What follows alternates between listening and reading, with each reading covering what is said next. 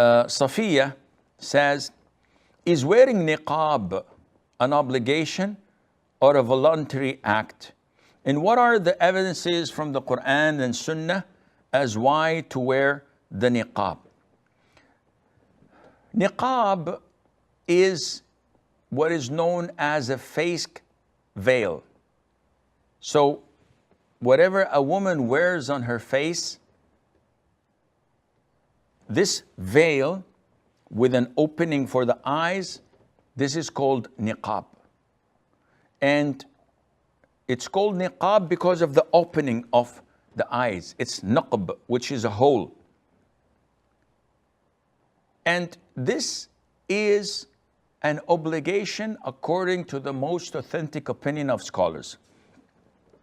Allah Azza wa Jal mentioned in the Quran in chapter 33, Surah Al-Ahzab, in verse 53, He orders the mothers of the believers,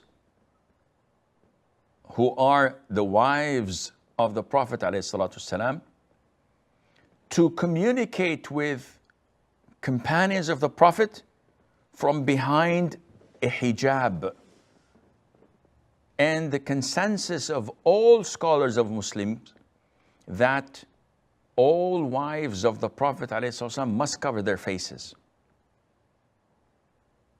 There's no difference of opinion upon them or among them.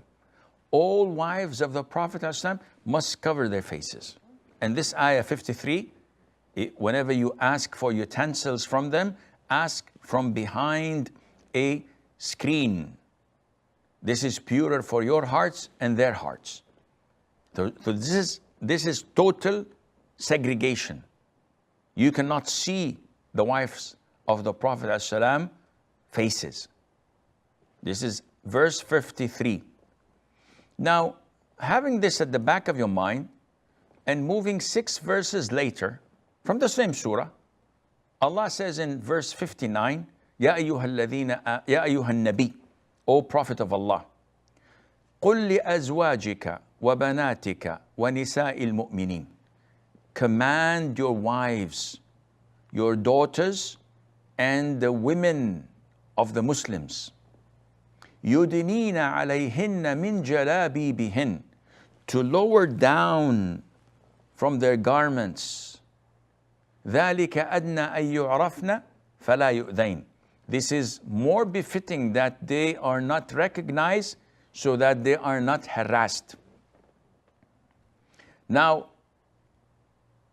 in this ayah, the command is for 3 types of women to lower their garments so that they're not identified. So the wives of the Prophet, the daughters of the Prophet, the women of the Muslims, 3 types. Now, if you compare this ayah to verse 53, where it commands the wives of the Prophet to cover their faces, if you come and compare this ayah to this ayah, the command in this ayah is for what? To cover their faces. But in addition, for the wives of the Prophet ﷺ, Allah included the daughters and the women of the Muslims, which means that they as well should cover their faces, as mentioned in ayat 53, because the mothers of the believers are joined with them in this command in ayah 59.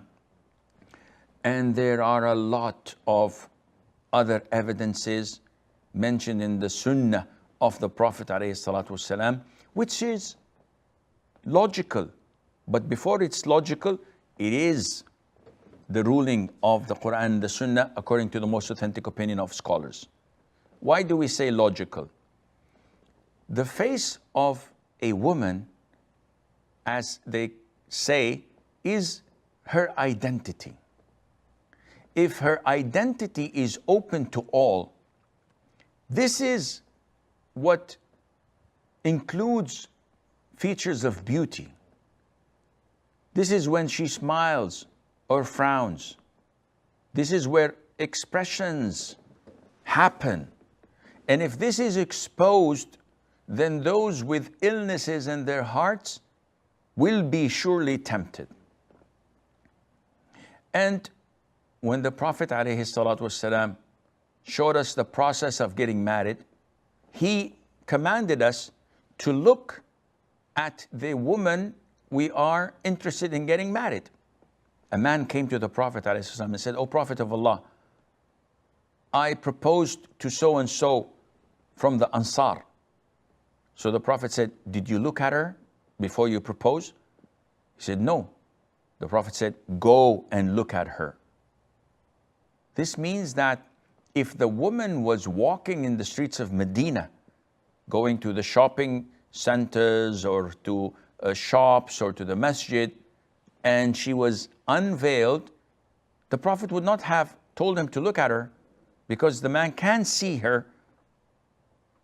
But this indicates that every woman, according to Mother Aisha, used to wear the veil and cover from head to toe.